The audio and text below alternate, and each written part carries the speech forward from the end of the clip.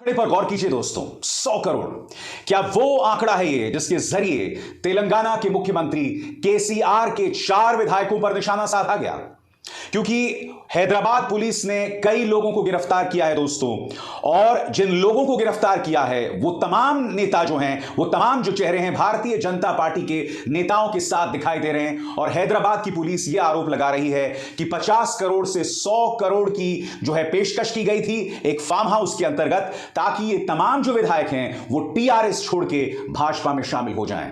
Bharatiya Janata party इन आरोपों को खारिज कर रही है, मगर हम नहीं भूल सकते कि महाराष्ट्र में क्या हुआ। महाराष्ट्र में किस तरह से साम दाम दंड भेद में सरकार ही पलट गई। मगर सबसे पहले दोस्तों मैं आपका परिचय करवाना चाहूंगा उन लोगों से जिन्हें गिरफ्तार किया गया है। सबसे पहले आप देख सकते हैं भाजपा के सांसद जी कृष्ण रेड्डी के साथ ये जो शख्स दिखाई दे रहा है, इसे गिरफ्तार किया गया है। इनका नाम है नंद कुमार। नंद कुमार पेशे से एक बिजनेसमैन हैं और हैदराबाद में ये बेस्ड हैं। पुलिस ने, साइबराबाद पुलिस ने इन्हें गिरफ्तार किया है। अब दूसरे चेहरे पर आते हैं दोस्तों। यहां पर आप देख सकते हैं ये है सतीश शर्मा। ये फरीदाबाद के एक पुरोहित हैं, और यहां पर जैसा कि आप देख सकते हैं सतीश शर्मा जो हैं वो मुख्यमंत्री आदित्यनाथ के साथ दिखाई दे रहे हैं। अब तीसरे चेहरे पर आते हैं जिन्हें गिरफ्तार किया गया है। ये पीठाधीश हैं, वो भी कहां? तिरुपति मंदिर में दोस्तों। और यहां पर आप देख सकते हैं डी सिम्या जी जो कि एक पीठाधीश हैं तिरुपति में, वो दिखाई दे रहे हैं राजनाथ सिंह के साथ। ये तीनों राजनेता नहीं हैं, मगर इन तीनों को गिरफ्तार किया गया है। ये पूरी डील जो है 50 से 100 करोड़ के बीच में हुई, और ये दावा कोई और नहीं बल्कि हैदराबाद पुलिस कर रही है। सबसे बड़ा प्रश्न, हम ये नहीं भूल सकते कि महाराष्ट्र का क्या इतिहास था। एक सरकार चल रही थी, मगर फिर सामदान दंड भेद से ईडी का इस्तेमाल करके, यानी प्रवर्तन निदेशालय का इस्तेमाल के पूरी सरकार ही पलट जाती है। 40 विधायक एकनाथ शिंदे के साथ यहां आ जाते हैं और नतीजा आपके सामने है। मैं आपको बतलाना चाहूंगा दोस्तों, आखिर वो कौन से 4 विधायक हैं जिन्हें खरीदने की कोशिश की जा रही थी। ये पूरी की पूरी डील होती है रोहित रेड्डी जो कि टेंडूर से विधायक हैं, उनके फार्म हाउस में। और ये कौन से नाम हैं जिन्हें रिश्वत की पेशकश की गई? एक एक करके नाम आपकी स्क्रीन पर आ रहे हैं। पहला नाम है जी बालाराजू, दूसरा नाम हर्षवर्धन रेड्डी, तीसरा नाम आर.के. राव, और ये जो पूरी डील हुई वो रोहित रेड्डी के फार्म हाउस में होती है।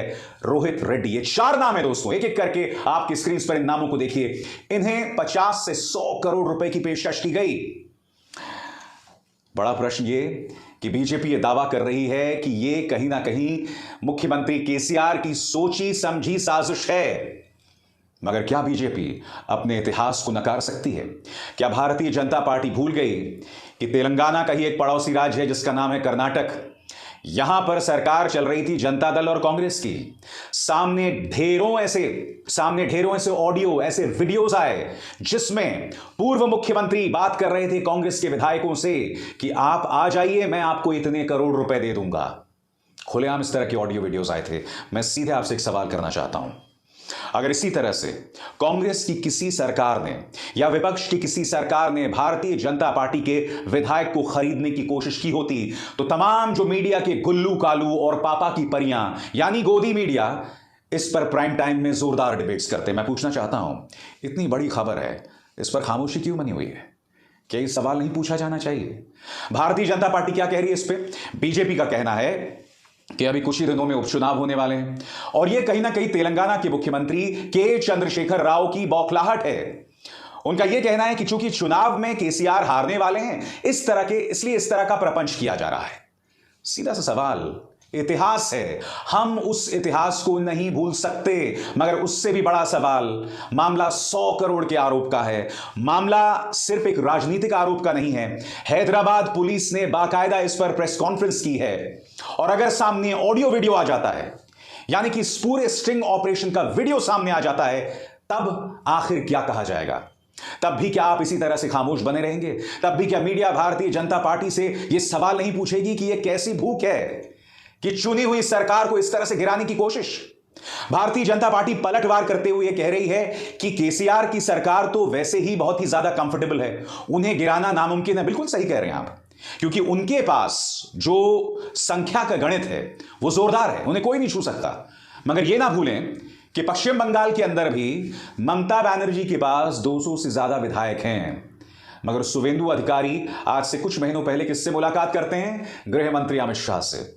और वो करीब 150 विधायकों की लिस्ट उन्हें सौंपते हैं। मकसद क्या है कि इनकम टैक्स के जरिए, ईडी के जरिए, तमाम जांच एजेंसीज के जरिए दबाव डाला जाए टीएमसी के विधायकों पर, ताकि वो पाला छोड़कर बीजेपी आ जाएं। भारतीय जनता पार्टी किसी भी हद को पार कर सकती है। आज मैं आपसे एक और सवाल पूछना चाहता हूं। महाराष्ट्र के पूरे ऑपरेशन को हमने देखा दोस्तों। आपने देखा कि किस तरह से विधायकों को पहले मुंबई से ले जाया गया गुजरात में वो लोग कुछ दिन रहे और फिर वहां से वो आए असम। ये ना भूलें कि झारखंड के भी 3 विधायक पकड़े जाते हैं और उसमें एक विधायक ने आरोप भी लगाया कि असम के मुख्यमंत्री हेमंत बिस्व शर्मा खरीद फरोख्त में एक अहम किरदार निभा रहे थे। मैं आपसे पूछना चाहता हूं, यहां पर लेन देन की जो बात होती है वो 50 करोड़ से 100 करोड़ की होती है। यही आरोप आम आदमी पार्टी के नेता और उप मुख्यमंत्री मनीष सिसोदिया ने भी लगाया, आम आदमी पार्टी ने भी लगाया। पैसे का आदान प्रदान भी कई जगहों पर हुआ है। सीधा सा सवाल, यह पैसा कहां से आ रहा है? आज मैं अपने दर्शकों से चाहूंगा कि यह सवाल वो खुद से पूछें और भारतीय जनता पार्टी से भी सोशल मीडिया के तमाम हैंडल्स के जरिए यह सवाल पूछा जाए कि जो 100 करोड़ है जिसकी पेशकश की बात हैदराबाद पुलिस कर रही है, वो आखिर आ कहां से रहा है? इसका जवाब है मेरे पास और वो जवाब दो तरफा है। सबसे पहले यह ना भूलें कि भारतीय जनता पार्टी देश की तो निर्विवादित सबसे धनी पार्टी है ही, मगर दुनिया की सबसे ज्यादा धनी, सबसे ज्यादा रिच पॉलिटिकल पार्टीज में गिनती शुमार होती है उसकी।